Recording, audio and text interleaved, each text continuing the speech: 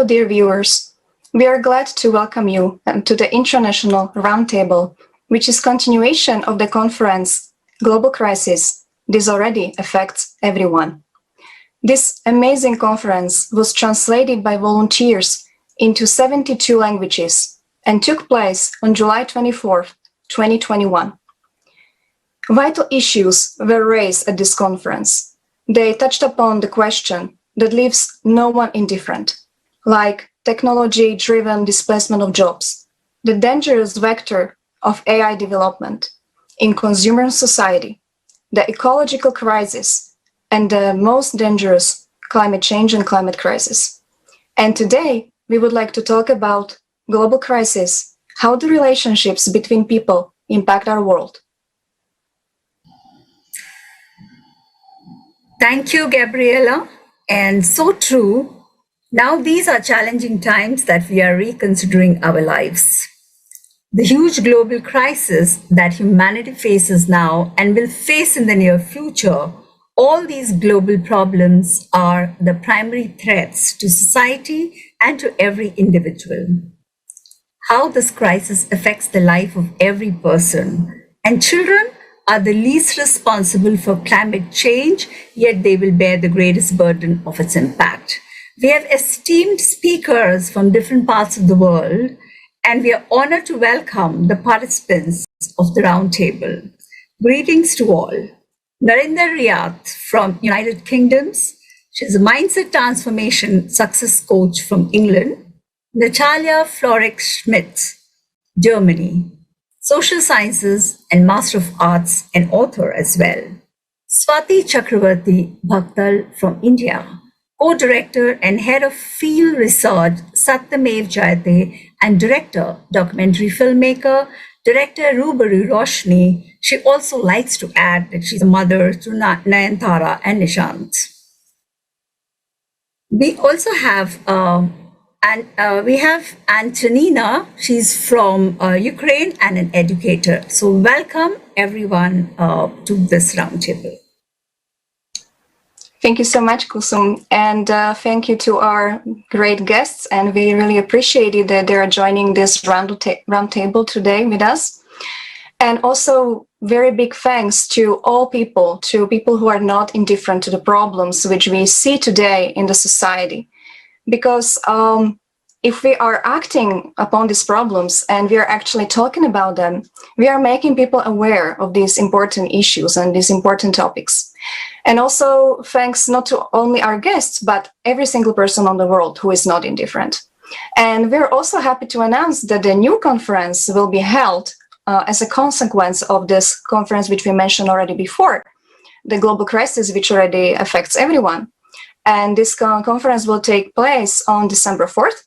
And the name of this conference will be Global Crisis, Time for the Truth. And this conference will expand on the topic of climate and environmental disasters. Thank you. So every year, the environmental situation in the world rapidly deteriorates, and we see that the world is on the brink of global environmental disaster. There's pollution, deforestation, contamination of oceans, extinction of animals, depletion of natural resources. So it's very important for people to consolidate globally to overcome these threats, and the role of awareness of the entire world community is imperative. So now let's watch the video from the conference.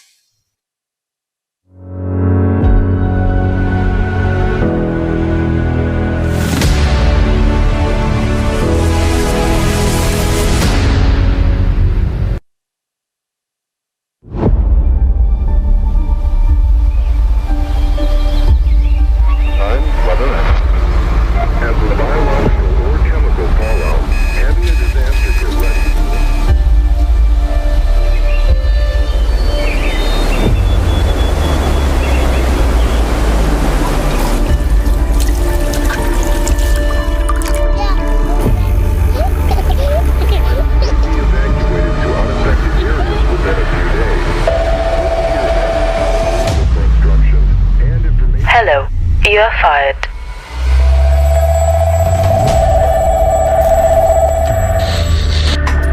There has been a tremendous technical breakthrough in the world. Every day, neural networks are successfully replacing millions of people in all professions. The unemployment rate has reached a critical level. The planet's ecosystem is destroyed. The number of cataclysms is increasing every day. There are no safe areas left on the planet.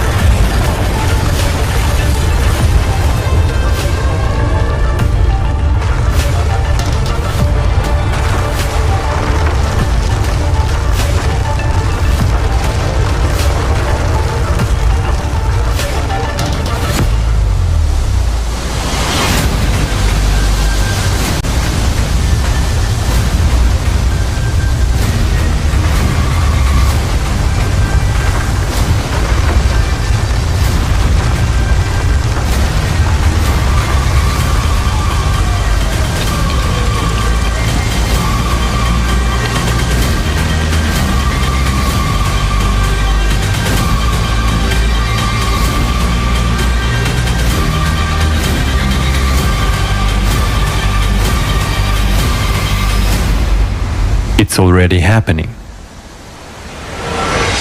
But there is still a chance to change everything.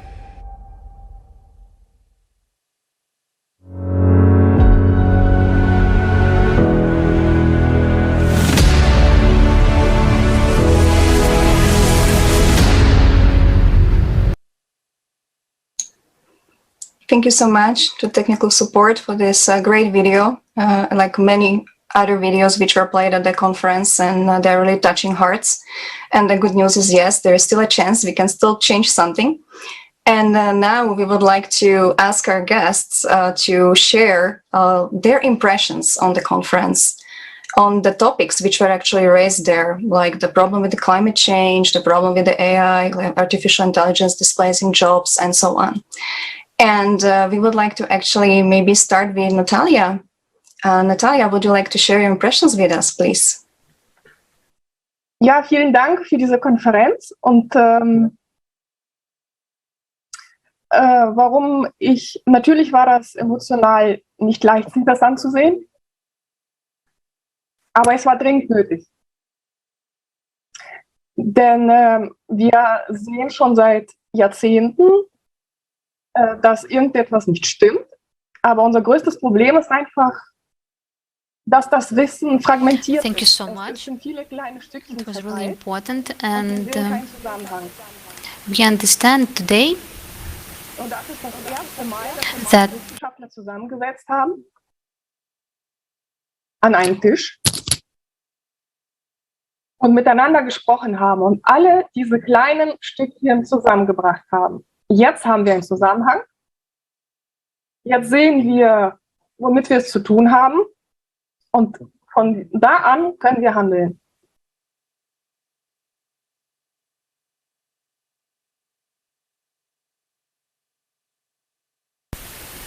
it is really necessary, because we have seen for the case that something is wrong. Vital issues were raised at the conference, and that has touched your heart. Thank you for your words. Dear Ms. Swati Chakravarti Bhatkal, can you please share the importance of topics raised at the conference? The floor is all yours. Thank you so much, everybody. It's wonderful to be together with you, and thank you for inviting me here. I think that for me, the most important standout fact is that we are people from different parts of the globe, but we are all here together to talk about a common concern. And to create a platform of this nature is in itself a very important step. So I congratulate the thought behind this platform. And of course, all the topics that have been raised in the conference are of critical importance to us individually as well as collectively. We speak about a lot of the disasters, environmental disasters, and climate change. I think that for me, with the way I experience life, I see that there is one big underlying disaster that is probably the cause for a lot of these disasters, and that is the lack of emotional connection between people. And somewhere that because we are not so connected with each other, we don't care that much, and we continue to live in our own bubbles, so we don't look forward to solving problems collectively. We have lost the ability to have a collective approach. And in India, I could speak from my experience in India, that breakdown of connection is happening at the very basic level within families. And children, unfortunately, are at the receiving end of it. And what we see today is a generation of children in India who are born, brought up, raised with technology. So they are connected to the internet and to the mobile phone as early as the age of 5, whereas their parents may be digital immigrants. So they are not digital natives, and not realizing that the world of technology can, in a way, replace human connection. I think we have plunged headlong into embracing technology with a vengeance and forgetting that we need to keep continually building and renewing the human connection with our children. And very unfortunately, just as you spoke about in this video, that artificial intelligence could replace many human jobs and employment, what we are also seeing is that artificial intelligence is replacing human connection in a very, very big and rapid way through false sense of love, affection, intimacy that lots and lots and lots of children and adults today are experiencing through social media. And I feel that that could become a huge barrier for us in being able to build any kind of global movement to fight the really big issues and challenges that we face today. So for me, I think one of the primal and basic responsibilities that we as the grown-ups in the world have is to nurture the emotional connection without judgment, without scolding, without punishment, to bring ourselves into the world of our children, to accept them as they are, to accept our own mistakes first, and then to see how can we solve issues together. So this is my little submission. Thank you. Thank you so much, Swati. I appreciate this. I really like how you said that many problems are because we are not connected to each other and we are not solving the problems collectively. And I think, yes, I absolutely agree with you. And now I would like to pass the word and also ask about impressions about these problems on the conference to Narinder Riyad. The floor is yours. Hi everyone, it's lovely to be here, and yes, it was a very heartwarming conference to hear lots of specialists and scientists come together and speak about these important issues. So it was very educational, and you know, to hear about the topics of climate change and beyond, like artificial intelligence. And for me, it was really a collection of people voicing the truth. And this is something that's very important in today's day and age, in ever-evolving society, to talk about things, all things, and care about the planet, to care about people, and to care about the future. So things like compassion, empathy, connection to each other, these things, as was said, are getting lost as society progresses, the consumer society that we find ourselves in. But really, in order to move forward for the longevity of the world, of society, we actually need people to unite. And on the topic of climate change, this I see as everybody's responsibility, and this is exactly what was being said at the conference, people coming together and bringing the issues to the forefront of people's minds and reminding people what's actually important, because it's easy to just stay silent, stay ignorant, stay in our own little bubble and think, well, I'm okay. that's somebody else's problem, or maybe that's not going to affect me, or really these things are going to affect our children, they're going to affect the next generation, and time is running out. So the longer we leave it, the worse that it gets. So it was really nice to hear people conveying the truth with facts, with scientific evidence, bringing about honesty in order to save humanity for the long term. Thank you so much to bring about honesty in order to save humanity. Absolutely right. Also, it's all about connection and compassion, and that's the truth that we spoke at the conference. Thank you so much for your lovely words. And can we now have the floor to Antonina to speak about the conference? It's all yours. Thank you. Thank you for the invitation. It's a pleasure to be here with you today and talk about the conference.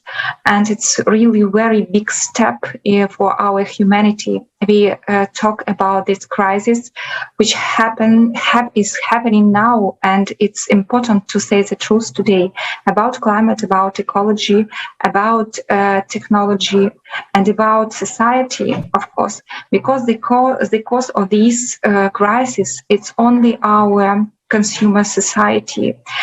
And I think that it's very important, don't keep this silent and talk about it with every person from different part of world, because every person have to know what is happening now. Because if you don't know, you as like a sleep cat, and you don't know what you will do in next step and what will do other people around you, and it will be housed. And what for this? We would like to live in very peaceful world, and we would like to build better world for our children, care about each other, about our children, about our planet. And so we have to make very right and important steps in our life. And first of all, we have say about climate change and the truth. And I think that it's very important that scientists, politicians, and other people from different countries tell the truth. Don't fear this truth, because if we know the truth, we can change our future for the better. And I think that we communicate about it. Thank you. Thank you so much, Antonina. And I would like to express gratitude to all our speakers, because, all of you, when I'm just sitting here listening to you, I'm realizing that all of you are saying pretty much like the very similar thing. Like all of us can see that something is like wrong with the world, right? And that the world is heading, towards some like not nice future. And the great thing is that you all see that there is like the answer if we unite and if we actually start like working together, which all of you are saying that.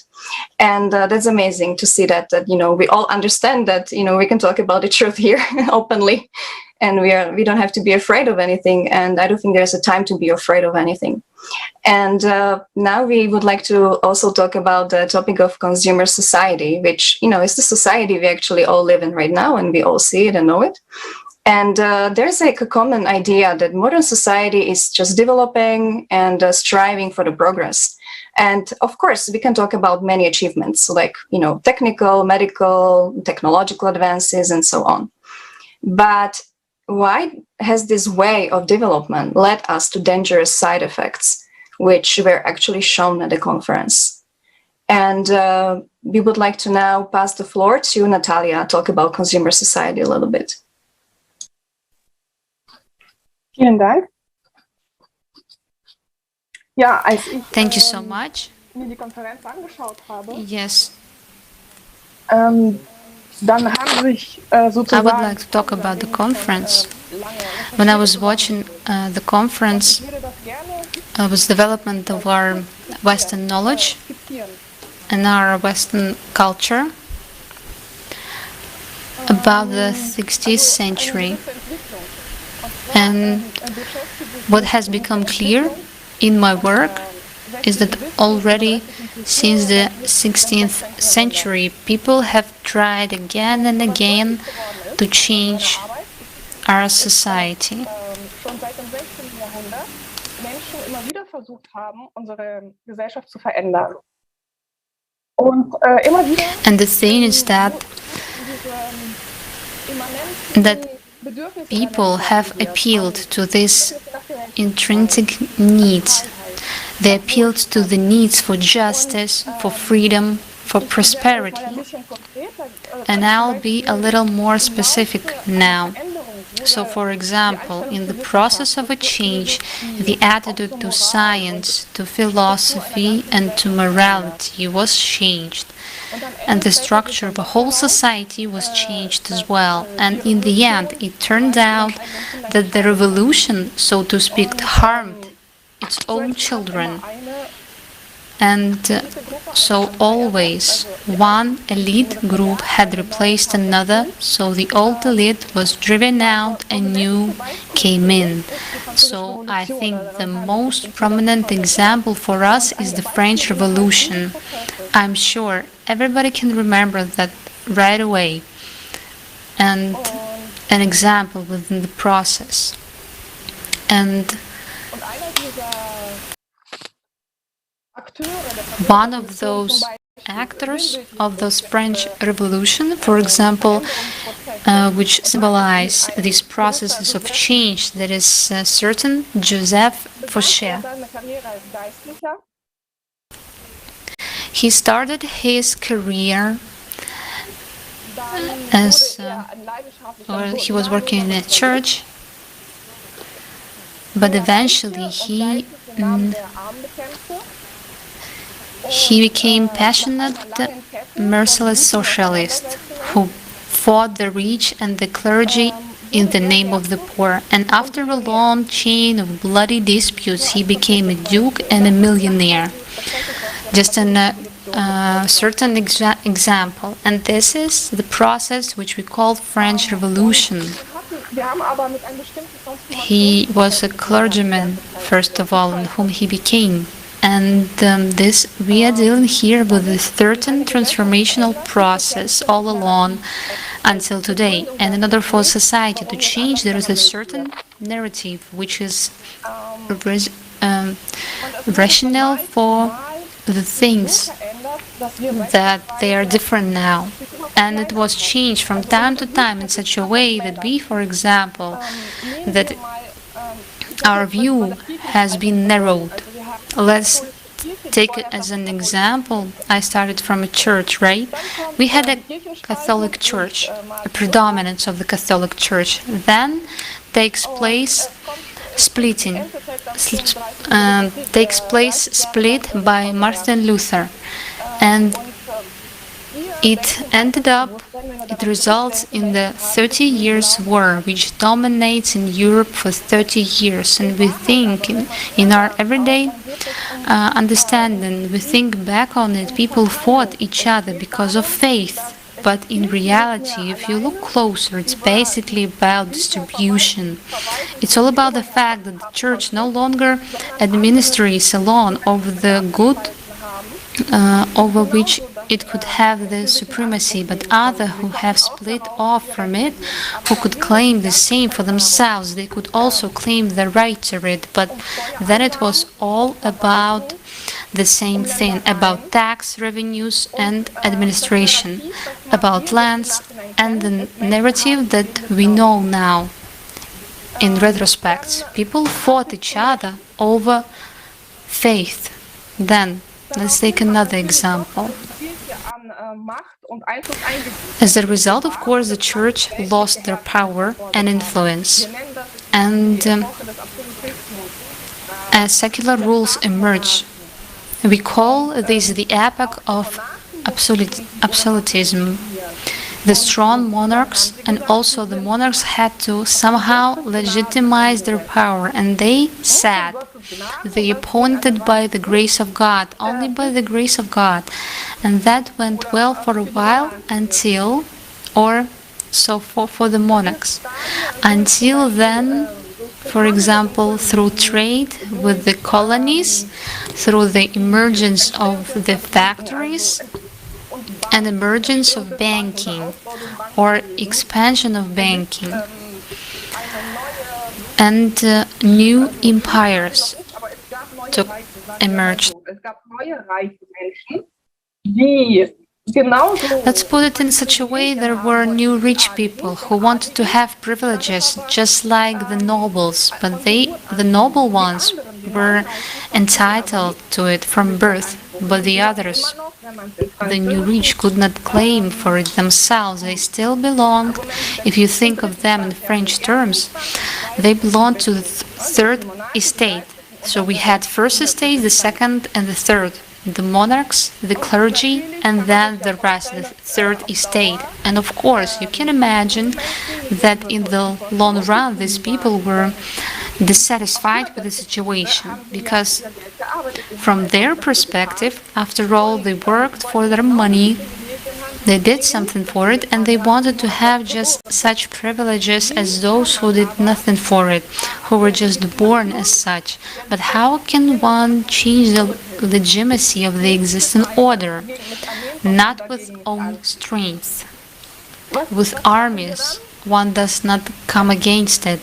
What does one do then? Only in the course of 50 years, the role of God, so again and again, I say, was reduced. One began first to question, then reduce, and gradually, so already more. To the French Revolution, religion was called open or faith, superstition. And with that, if there is no God, then the king has no legitimacy to be king. Then he can be deposed just as well, which is what happened in Paris or in France. And now, our thought, and then we assumed that we were embedded in the with socio-cultural value context.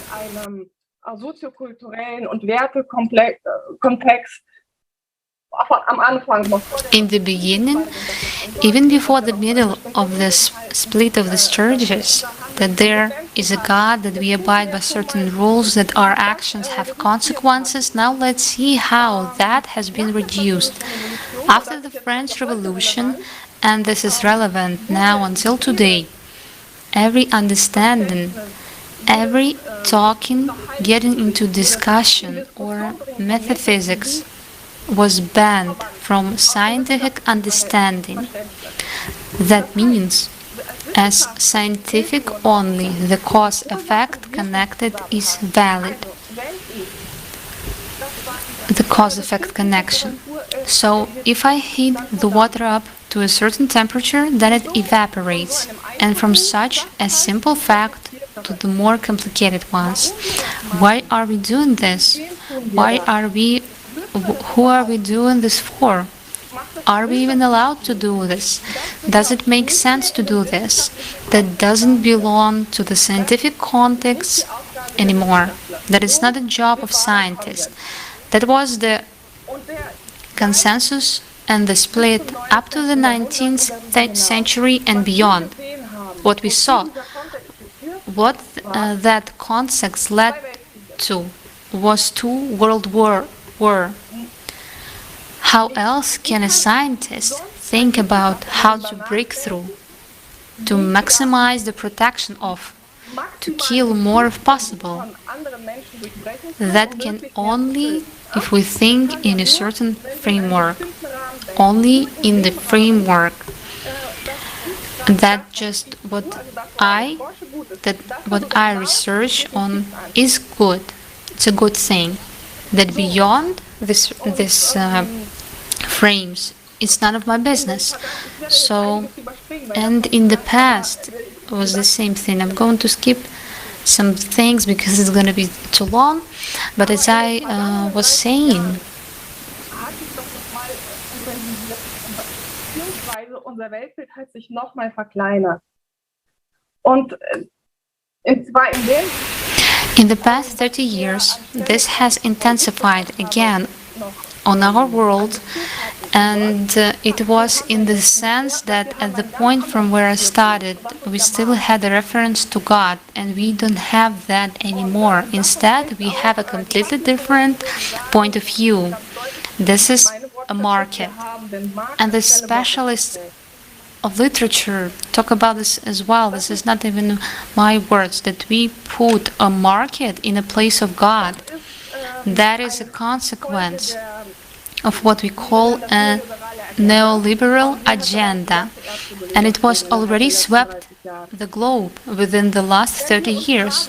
If we ask ourselves, who or what is market? Und etwas kaufen. Das ist Markt. Wir können Wertpapiere handeln. So we know that market is, we can go to a certain place and buy something. That is market. We can trade securities. That's market. We understand that. But what is interesting is what we humans made it of. We have created a kind of being in our imagination. We have endowed this being with certain properties. Now we run in anticipatory obedience to meet the market. We have created this idea of the market itself in the imagination. We have even made it a kind of a judge. For example, in the university, if someone didn't get a loan or he behaved in such a way that it could be assumed that his behavior would not lead to success, then the professor would say the market will judge it. They created an entity out of it. And now, what kind of situation do we have now? We find market omnipresent. We want to obey it, if you put it sharply. Thank you so much for your interesting speech. And I would like to pass the word to Kusum. Thank you so much, Natalia. I think even though there was a challenge in the translation, but I think you're so passionate, and your words were so profound, and what I could understand is that we need to have an understanding and discuss this this issue all the more. So thank you so much. Coming to Ms. Swati Chakravarti, we know that you're drawn to social questions, and you have a desire to engage with understanding issues through people's lived experiences. We want to ask you how relationships within and outside the families affect our society, and what problems are we currently facing in the consumer format. That's relationships within and outside of families. Over to you, Ms. Swati. Thank you so much. So I'll try and do justice to that very deep question with my limited understanding. I think that what has happened is that we live in a very connected world now. And therefore, the influences that were local are no longer really applicable. So what does happen, especially in regard to the issue of consumerism, there are global dreams that are reaching villages and towns where people have probably not even are still struggling, at least in India, to even get 3 square meals a day. And that creates a kind of conflict. And I don't think that it would necessarily be true only of India. But what does happen is that consumerism in the world is something like a relay race, where the developed nations have run the first lap, and they've handed over the baton to the next round of countries who say, hey, it's my turn. But what is that baton really? That baton is the destruction of our environment and of our globe. But the ones who have been looking to the West and looking to the developed countries as role models now want to live that life. And somewhere I think that just as relations between people, are a question, relations between countries are also a question. And I think that when we try to do something which means all of us coming together at a global level, we cannot forget history. I think that the previous speaker also made a lot of mention to historical events. So I think that for my part of the world, in Asia, there is a big colonial hangover. There is a colonial history. And now what is happening is that there is a lot of Western and influences from across the globe that are reaching our young people through the internet, and their dreams are changing, and the dreams are consumer driven, because the world appreciates profit, the world appreciates gain, the world doesn't appreciate compassion as much as it appreciates money. So I think all of us have to make that shift, and we have to make it very quickly, and we have to make it across levels and across countries. So there's a lot of work to be done, Kusum. That's what I really want to say. And my lived experience every day is telling me. So, in India, we have this really terrible practice that when a girl is married, the girl's family needs to give a big dowry to the boy, to the groom, which means they need to give money and goods. And I remember that in a small village, a girl told me that when the rich give a Honda, which is a car, when the rich give a Honda as a dowry, the poor at least has to give the Hero Honda, which is the motorcycle. So it is the same thing on consumerism between nations. It is a competition now, really, for the so-called third world like us to catch up with the first world. The problem is all of us are losers in this race. So how do we get people to understand that? That's really a big challenge. Thank you so much for your words. Yes, it's true. It is a big challenge. And now we would like to ask Antonina. Could you please tell us about the seriousness of climate situation today? And did you learn something during the conference? Thank you. I am a volunteer of ALLATRA International Public Movement, and since 2014, I participate in group who research with people who research climate change and cause of global climate change, and we monitor the situation on a daily basis. And here we have huge amount of facts. These changes that are taking place now are associated with a cycle, and it's really true that the CO2 factor is not influence on our climate today. It influences only ecology, and we have to say about it and explain people this, because people think that we can sort garbage or grow some trees somewhere and it helps us to live in such situation, but it is not true. We can't influence on it. This factor astronomical and geological, and you can imagine such situation in such way. We are on our planet, we are on the earth, and we are people, and we live on this earth, and we think that it's very big object and everything is okay. But our earth is in the Orion arm, and we are in the solar system, and the solar system in the Orion arm. It's arm of our galaxy Milky Way, and our galaxy is not only one in space. There are a lot of galaxies. Yeah, there are very big distances between them, but sometimes in one moment their orbits have similar points in which they very close interact.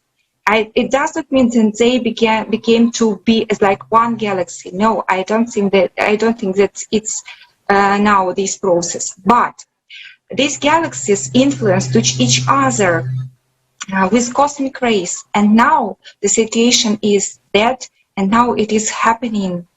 Cosmic rays from other galaxy come to our planet and influence in it, and there are a lot of radiation and very high energy come to our planet, and it's very dangerous. And today about this tell us not a lot of scientists, but some of them know about it. And you see really heroes of our time, scientists who are pressure from politicians, who are pressure from a different organization, international organization, but they tell us the truth. It's really very hard work to, in such situation, in such consumer society, to say the truth what happening in our planet and what influence true in it. So, and now this cosmic radiation and this astronomical and geological cycle influence on all our part of our Earth, atmosphere, oceans, and other lithosphere and other part of our planet. And we see now floods, fire, we see earthquakes, very strong eruptions, volcanic eruptions, and we see that a lot of people come through the one continent to another. Yes, from Africa to Europe, and they would like to find the place where they can live, where it will be very safe for them, for their children. And we see that a lot of conflicts because of it. And we know that climate we can't change, but we can change our attitude to this. And we have to do it. Because if we don't do it, we will have conflicts, a conflict which influence on all people all over the world, and very quickly. And I would like to say some facts that we really can't influence. Very fast shift of magnetic pole, an increase in South Atlantic anomaly, and a huge amount of radiation hitting the Earth. Core of our planet shifts and build up on one side faster than on other, which means that liquid core became a part of solid core. We have two core in our planet inside it, and one of it is solid and one of it liquid. And when they move, they make our magnetic field. And when this part became to be this part, we have not liquid. So that is why our core became to move in another way. And that is why we have very weak magnetic field today. And it's really very dangerous for us, for people, because radiation from the sun and for cosmic rays influence more and more on our planet system. And now we have a very big problem with atmosphere, because magnetic field influence on building our atmosphere. And now we have mixing between parts of atmosphere and its influence of our air. And that means that we have not, in the future, we will not have a lot of air for us. We can't breathe. Water disappear. You see that water disappear now in every part of the world. So today, a lot of people, millions of people, children, they have not fresh water. They have not conditions to live. And it's a very big problem, because not only the people who live in Africa or Australia or somewhere on maybe on islands, that not only their problem and our problem too, because in some years, maybe not years, we will have here such problem. Today we have not a lot of fresh water in our lakes, in our rivers, and somewhere, yes, and we have very strong rains and other natural disasters. So we have to do right steps and make strong position to change the situation, change our attitudes between people. You have to help each other. And how we can do it? Really, we can only made and to build creative society, change our principles of life. The first values, it have to be like of people, not money and power. We have to influence on other people and explain them. Stop. We can't kill our people from other countries. We have to live in peace, and we have to build creative society to live in peace for everybody and build it. So I think that these people who act today and these people who participate in such conference in ALLATRA international public movement, they are really make very strong position, their strong position, and help other people. Maybe not everybody understands what for and what is it, the steps and what is creative society, but it connects with us, how we explain other people. Will we have future? Will we have peaceful life for our children or no? And if we will do it and we act every day, and if we know about it, and if we share with other people, we can change this situation for the better, and all technologies we can use to build other cities, to find nice places for build nice cities and infrastructure for everybody. So I think that if we tell people about this and share with this conference, I think that we will do it together. Thank you. Yes, we will do it. Thank you so much. Very true. The most vulnerable are already losing their homes, health, and education. And as climate change makes crisis more common, it becomes harder to recover from them.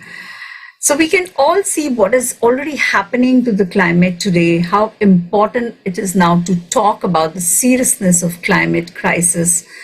Narendra Riyat, we pass the floor on to you to speak about it. Yeah, absolutely. So obviously it's we're in a global havoc, or at least that's where we're facing. And with regard to this question, I really want to speak about actually the future generation, because it's not their fault, but they are inadvertently going to inherit a planet with more frequent weather disasters and events, and in particular we need to think about how will the children of the future remember our generation, where we had the knowledge, we had the know-how, but we chose to be ignorant for our own convenience. So things like wildfires, floods, hurricanes, hotter temperatures, so droughts, violent storms, heat waves, all of these things, they are life-threatening for the future and dangerous for the children who will be adults of tomorrow. And they will face things like difficulty breathing, higher risk of infectious disease. This will in particular affect people who are from developing countries, for example, where they have lack of resources, they have a lack of infrastructure in place. So if something is damaged, like a school or a university, they're not able to put that back up quickly, so they will then there will be a situation where children and families of the future will either be forced to starve or be forced to migrate to more developing countries. Those developed countries, they will then become saturated and again become exhausted of their resources. So it's like a vicious circle. You can just keep moving around in a circle and trying to escape your current circumstances, but eventually the climate change challenge will catch up with everyone everywhere. And if nothing is done now, an entire generation will be burdened with disease and illness, and children in particular, because their immune systems are developing, so they're more susceptible to disease and the effects of environment and pollution. So if we want to protect our children, we have to make sure the air that they breathe is not toxic. And in one sense, we speak about the advances of technology and AI, for example, brought up in the conference. That's great, because that means medical care is advancing. So that can have a positive effect on life expectancy. But on the opposite side of that, that's absolutely outweighed by the adverse effects of climate change. So who's really winning here, and what's the purpose of the work that we're doing? So I think we need to, it's so important to discuss this because it requires a refocusing of our efforts in the right direction, and this requires effective leadership. So the top bodies, the governmental organizations, the decision makers need to come together collectively in order to make and gear ourselves into the right direction, as we say, to form a collective consciousness and creative society. Thank you. Thank you so much, Narinder. Yes, it is very scary, which you were just talking about, that this is really in front of us and is awaiting us if we remain silent and if we do nothing. And actually, all of our guests are talking about the reality and the horror of today, the society, the kind of society, consumer society we live in today. And we are really discussing like an extremely serious state of the climate today and what is awaiting us for tomorrow. And if we will stay in this consumer format and we actually don't change it into the creative society, all of this Narinder was talking about is going to come true. And I would like to say that in spite of all the horror that is going on and the challenges that we have to face, in spite of all this, that we have a chance and we have a way out of all this dreadful development, and that is creative society. And right now, people from all over the world, people who really care, who are not indifferent, those who are acting, they're showing that we can unite and we can really build the creative society and we can overcome this crisis together. And let's take a look at the short video from the conference, which is actually very inspirational.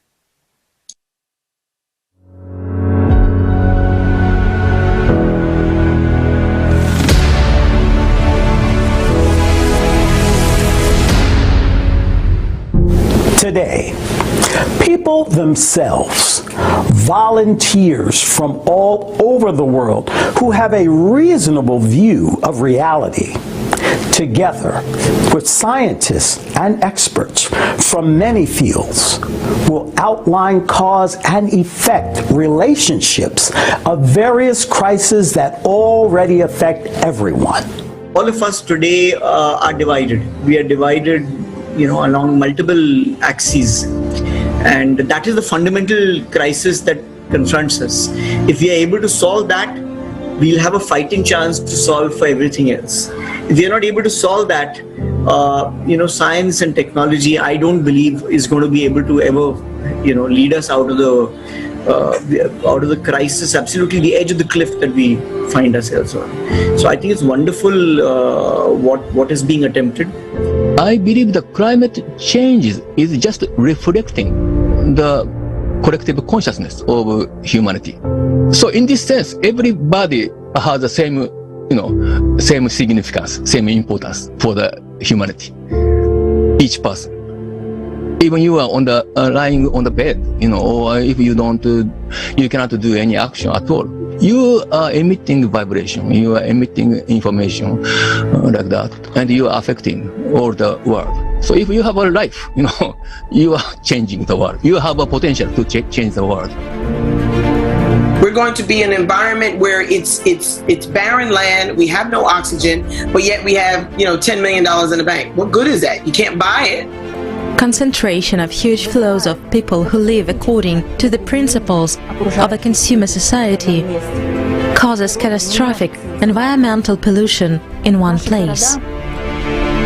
But there is another option, a creative society, in which the highest value is the life of every person.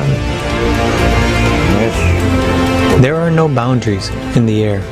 There are no boundaries in the oceans. We depend on each other very much. And we would like this problem to be taken with utmost seriousness, as it is our responsibility. We can help guide artificial intelligence to maximize its tremendous potential to enhance society. Now, artificial intelligence may help usher in a golden age of humanity, where we can all live in peace and harmony free from the scarcity of resources that have divided nations and diminished the quality of life on this planet for so long. I really believe we need to shift the focus of society from cash to compassion. This is creative society. And I'm confident that we can all work together as creative society to help artificial intelligence become one of the most positive developments. We cannot stay as we are. If we are to move up, then we have to be aware of how to do it and be a conscious agent of that upshift. So information leading to awareness is really everything. That's the key. Programs like this, conferences like this, are a very key element. If we can become oriented towards creating a world, being a creative society, then we can be a healthy impulse, a motivation for the evolution of life.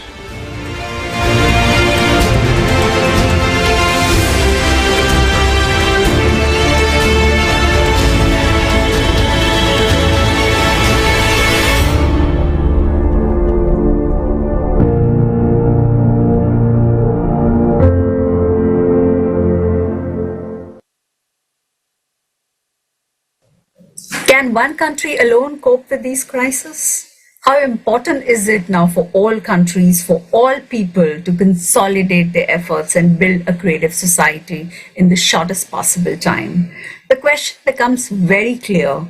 Are we ready to change the format of society? Our relationships, are we ready to unite for the sake of our future, our children, our families, and all people on earth? To change the format of society where money and power come first, to change it to a creative format, a format of humanity where the value of life comes first, where life of each person is valuable, where support and mutual assistance is available. Thank you so much, Kusum, for these beautiful words.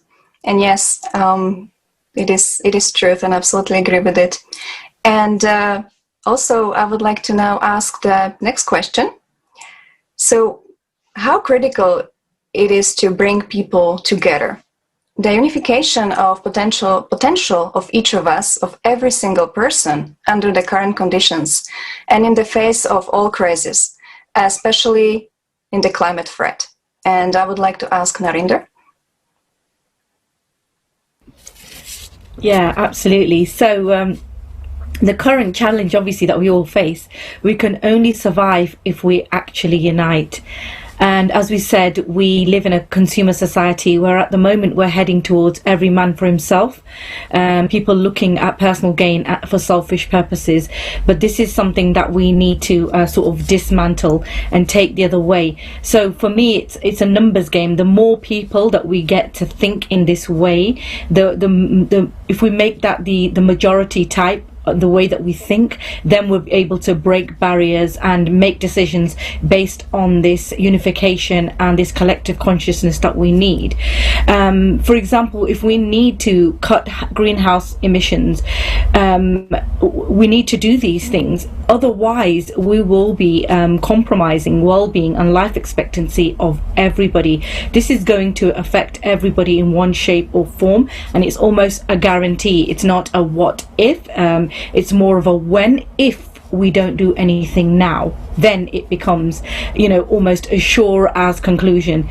And that's the reason why we need to step up, we need to come together, and we need to do the right thing.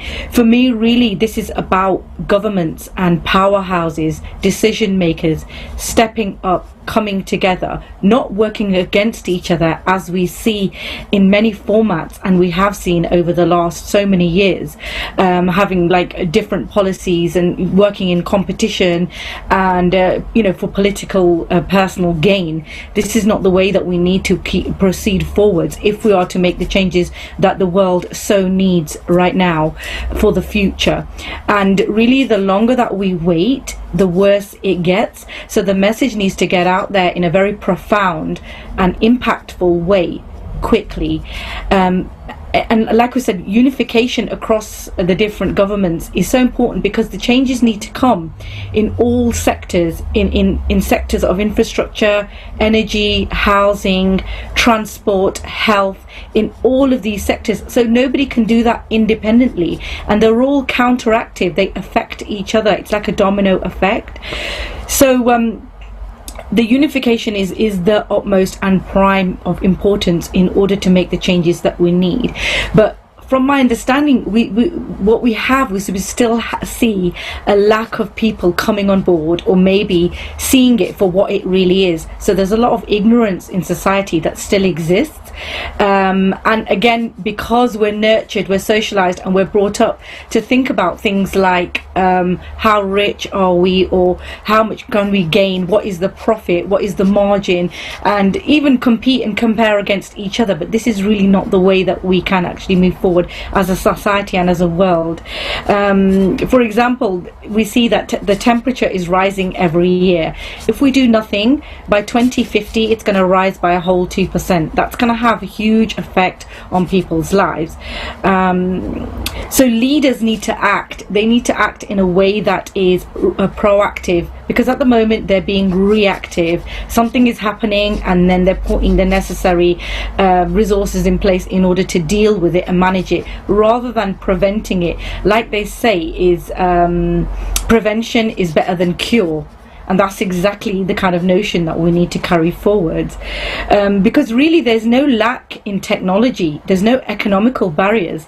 Instead, it's a lack of will and a lack of leadership, which is where the effort needs to be enhanced in order to increase awareness, open people's minds, and take them forward in this way.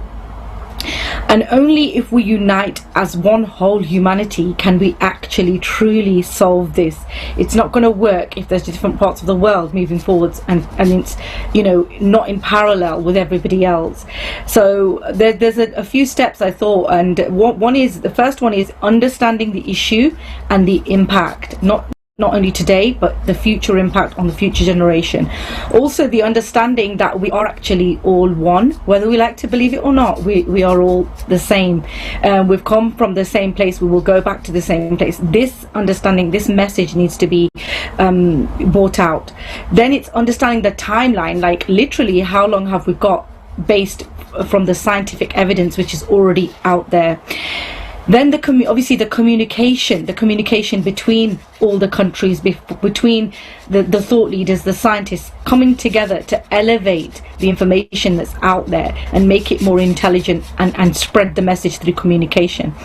And I mean, we do have a lot of ways to communicate these days. We have IT, we have social media, we have so many platforms whereby communication can be spread quickly. This is why I say that there's not a technological or economical barrier. We've got those in place. And the general public also need to come together to create common goals and have measures in place to protect people from what's about to come. And in order to do that, sometimes you have to think about, why do people behave? How can you get people to change? And a lot of the times it's if you provide them an incentive.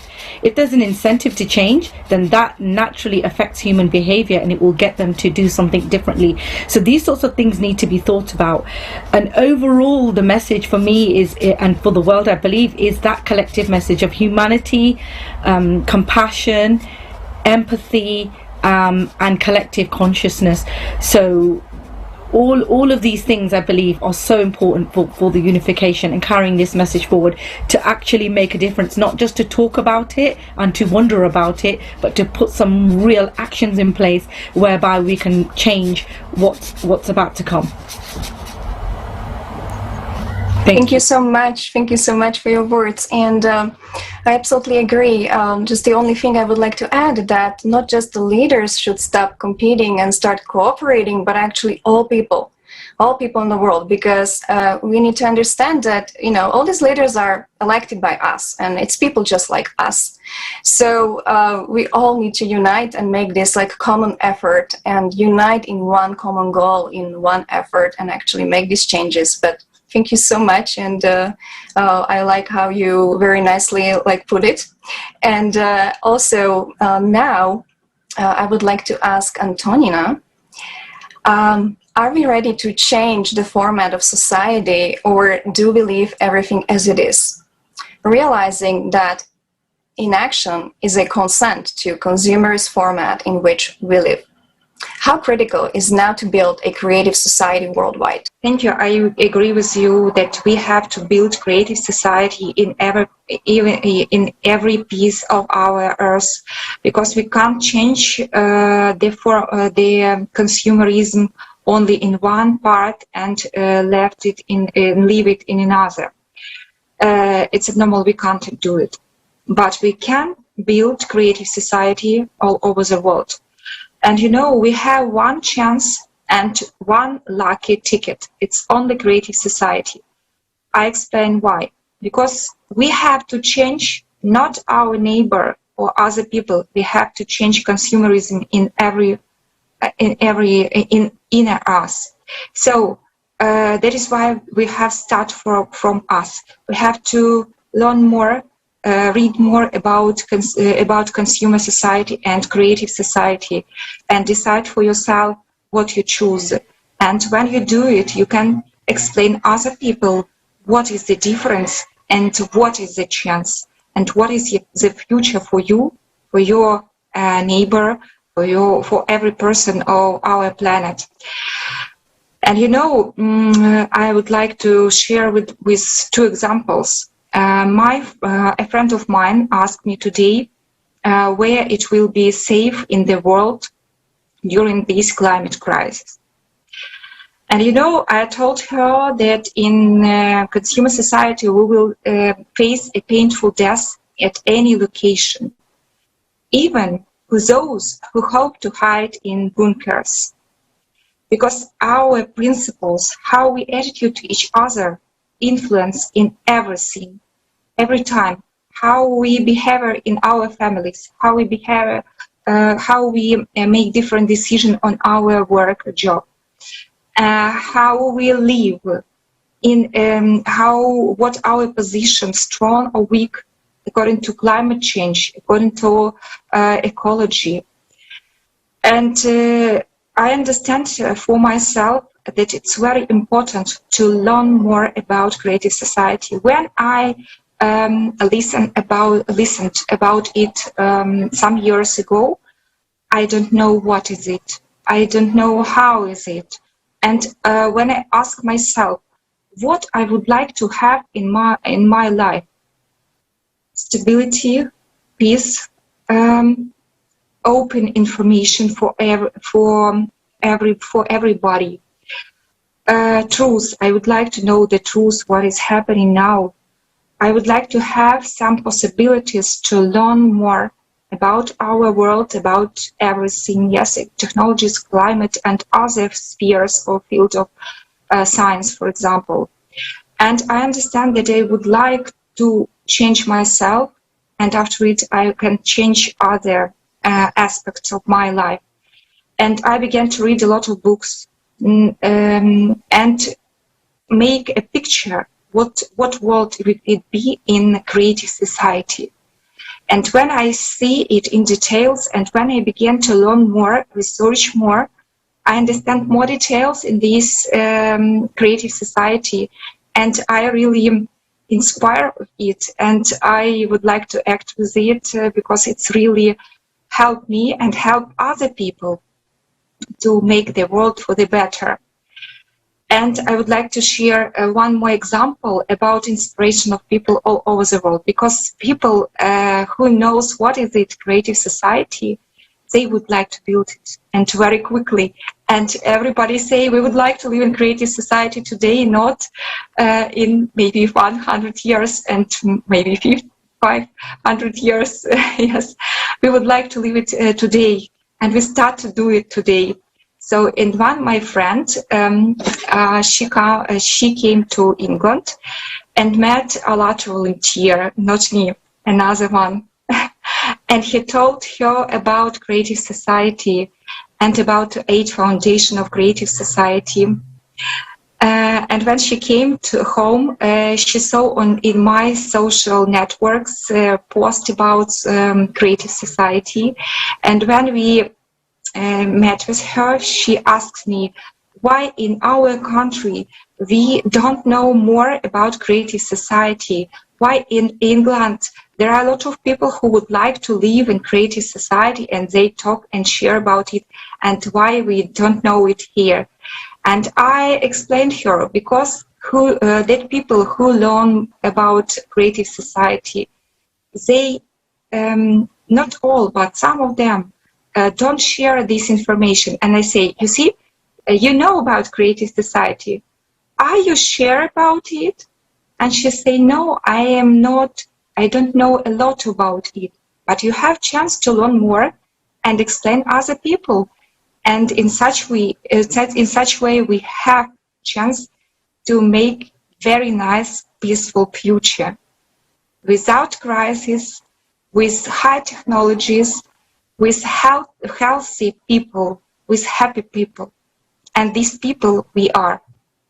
So let's share and inspire people to act and solution for everyone. I think it's only one chance and one ticket, creative society for our world. Thank you. Absolutely. It is just one golden ticket that we have, and that is creative society. Today, everyone already understands that there is no way out of the current situation, in the present day consumeristic format. Thank you so much. I'd like to ask the same question to Natalia Floride. How critical is it now to build a creative society worldwide? Natalia, the floor is all yours. Im Prinzip, also vom Zeitraum her. In principle, that is, according to the terms, even before I learned about creative society, it became clear to me that we really should have done this like 20 years ago, already 20 years ago. We, without much experience, I felt that we took the wrong turn. And before that, I tried to show that our understanding of the world has greatly decreased over several centuries. Dass sich unser Weltbild im Verlauf von wenigen Jahrhunderten sehr verkleinert hat. The world still exists and functions according to its own laws. Only our idea of it very, very narrowed. And this is not only in our daily life, as we see, but also on the global scale. If this is the case now, it is a task for our entire society, regardless of what part of the world we are in. Die Herausforderung an unsere ganze Gesellschaft, egal in welcher. We need to quickly become adults. And I mean the last 30 years. Over the past 30 years, we have become so accustomed to acting as reasonable customers. And that it is reasonable. In den letzten 30 Jahren haben wir uns so sehr daran gewöhnt, dass als vernünftiger Verbraucher zu handeln, dass das vernünftig ist. Now we see that although in our view we thought so, the world is arranged differently and it functions according to much longer patterns than our idea has been for several centuries. And if we look at these 8 foundations, we will basically find all the common features of all cultures according to which all people already wanted to live at the time that I began to explore. The uniqueness of our situation is that we can instantly exchange knowledge, and this is what we urgently need. Wir können Wissen blitzschnell miteinander teilen, und das ist das, was wir dringend brauchen. And knowledge makes us strong. They open our eyes and help us to get out of a little bubble of life to see each other. And although we quickly realized that we have much more in common, that what makes us different.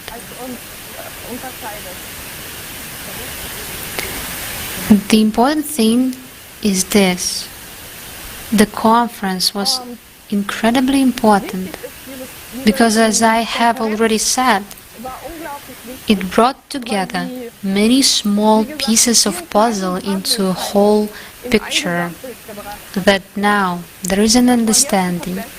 Now it is important that we share this understanding with each other. And you can see that it works by the fact that I'm sitting here.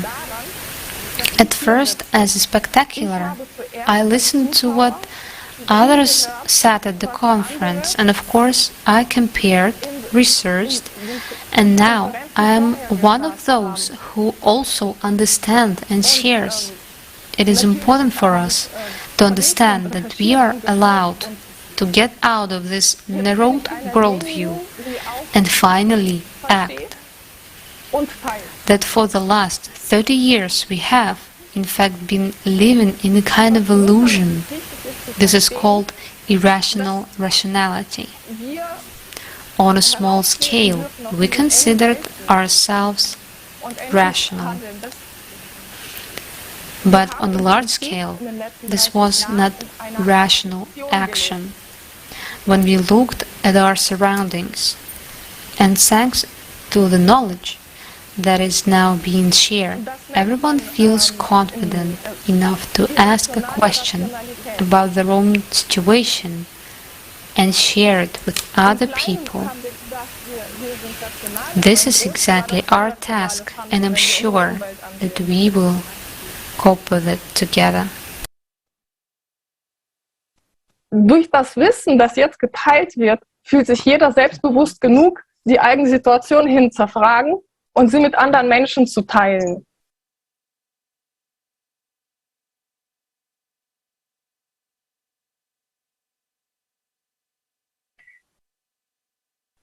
So, genau. Und das ist eben die Herausforderung an uns, und ich bin mir sicher, wir schaffen das. Thank you so much.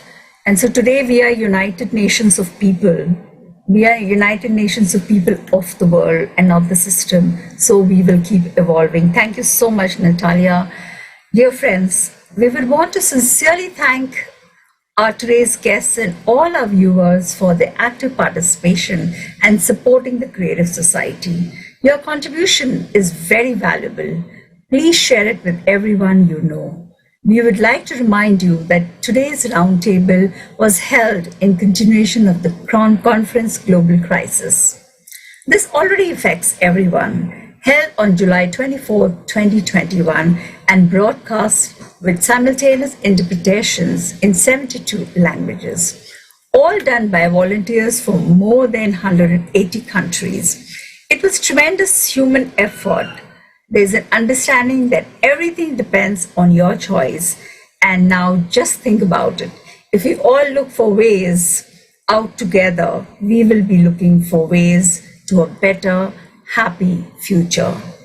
Namaste and thank you. Thank you so much, Kusum. And dear guests, dear viewers, deep gratitude to all of you that you are acting. And we would like to invite everyone to the next conference that will be held on December 4th, 2021. The conference will be titled Global Crisis, Time for the Truth. And it will be expanding on the topic of climate and environmental disasters. And one more time, thank you to everyone who were involved in the preparation of this roundtable. There are many people you actually don't see behind the cameras. There are translators, there are streamers, there are like plenty of people helping with all this can happen. And all the people who are broadcasting this on the Alatra TV channels. And big thank you to all of you. And see you at the next roundtable.